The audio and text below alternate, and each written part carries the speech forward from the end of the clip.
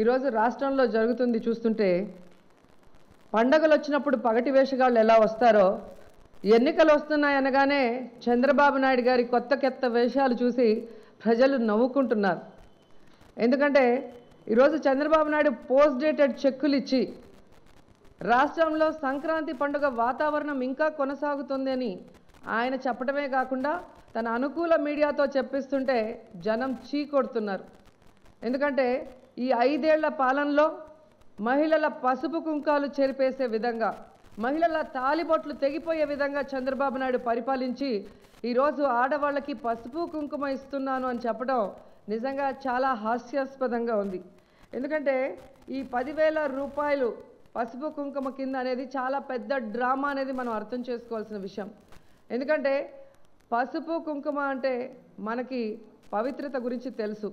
ఒక ఆడపడుచుకి, మన ఇంట్లో ఆడబిడ్డకి పసుపు కుంకుమ ఇస్తున్నాము అంటే అది ఎంతో ప్రేమతో వాళ్ళకి ఇస్తాం.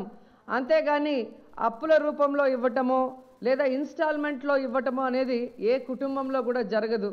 కానీ విచిత్రం ఏమంటే చంద్రబాబు నాయుడు ఎన్నికల సమయం ఆసన్నమైంది, నెక్స్ట్ మంత్ నోటిఫికేషన్ వచ్చే సమయం చూసి ఇలాంటి పోస్ట్ డేటెడ్ చెక్కులు ఇస్తున్నాడు అంటే ఈ అవుట్డేటెడ్ పొలిటీషియన్కి నిజంగా మతిస్థిమితం వచ్చిందా అనేది అందరికీ కూడా అనుమానం వస్తుంది.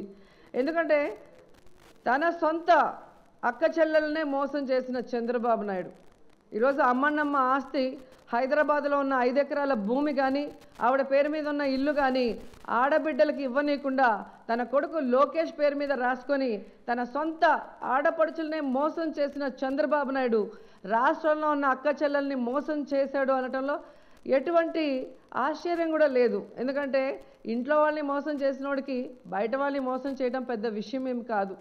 అందుకే అంటాడు ఎప్పుడు రాజశేఖర రెడ్డి గారు, అమ్మకి అన్నం పెట్టలేడు కానీ పిన్నమ్మకి బంగారు గాజులు కొనిస్తానంటాడు చంద్రబాబు నాయుడు అని. తన ఇంట్లో ఆడపడుచుల్ని మోసం చేసిన చంద్రబాబు నాయుడు ఈరోజు ఈ రాష్ట్రంలో ఉన్న మహిళలకి నిజంగా 10,000 రూపాయల చెక్కులు ఇవ్వాలన్న మనసుందా అంటే లేదు అనేది మనకి స్పష్టంగా అర్థమవుతుంది. ఎందుకంటే ఆ చెక్కుల మీద క్లియర్గా ఉంది ఫిబ్రవరి 2,500 కోట్లు, 2,500, అలాగే ఫిబ్రవరి 2,500, మార్చు 3,500, అలాగే ఏప్రిల్ 4,000. అంటే ఈ 2,500తో సరిచేసి చేతులు దులుపుకోవాలనుకుంటున్నాడే తప్ప నెక్స్ట్ మంత్ నోటిఫికేషన్ వస్తే అలాగే మార్చు ఏప్రిల్ చెక్కుల్ని ఈసీ అడ్డగిస్తుంది అన్న నమ్మకంతోనే ఈరోజు ఇస్తున్నాడు. అలా అడ్డగించిన రోజు నేను ఆడపడుచులకి ఇవ్వాలి అనుకుంటే కేంద్రం కుట్ర చేసింది, ఎలక్షన్ కమిషన్ కుట్ర చేసింది అని వీరావేశంగా ప్రసంగాలు ఇస్తే కోపంతో ఆవేశంతో ఊగిపోతున్న చంద్రబాబు నాయుడు అని ఆయన పచ్చపత్రికల్లో మనం చూస్తాం.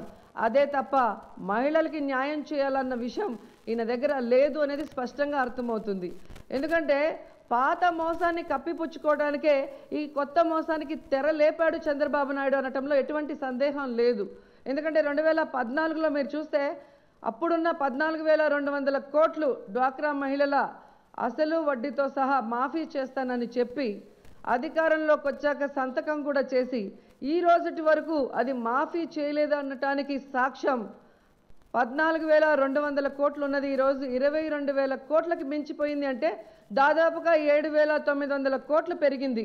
అంటే ఏ విధంగా మోసం చేశాడు డ్వాక్రా అక్క చెల్లెమ్మలు చంద్రబాబు నాయుడు అనేది స్పష్టంగా తెలుస్తుంది. ఈ విధంగా తడిగుడ్డతో గొంతు కోసేసి ఈరోజు 10,000 చెక్కులు 3 పోస్ట్ డేట్తో ఇచ్చేసి పండుగ చేసుకోండి అంటే ఏ పండుగ చేసుకోవాలో ఒకసారి మీరు చెప్పాల్సిన అవసరం ఉంది. ఎందుకంటే 14,200 కోట్లు కనుక పూర్తిగా మాఫీ చేస్తుంటే ఈరోజు ఆడవాళ్ళు అప్పుల పాలు కాకుండా, మరి బ్లాక్ లిస్ట్లోకి వెళ్లకుండా, కోర్టులు మెట్లెక్కే అవకాశం లేకుండా వాళ్ళు దర్జాగా గౌరవంగా ఆర్థికంగా ఉండేవాళ్ళు. కానీ ఈరోజు అన్ని రకాలుగా వాళ్ళని నాశనం చేసేసి ఈరోజు తానేదో చేస్తున్నానో గొప్పగా వాళ్ళకని చెప్పినట్టుగా కలరింగ్ ఇస్తూ భోజనాలు పెడుతూ ఏ విధంగా హడావిడి చేస్తూ తన పత్రికల్లో శీర్ష పతాకిల్లో ఒక మహిళ ఏడుస్తూ తన్ని కౌగులించుకున్న ఫోటోను చూపించి చెక్కులు ఇస్తుంటే ఆనందంతో ఏడుస్తున్న మహిళలు అని ఈరోజు హెడ్లైన్లో ఒక ఫోటో చూశాను.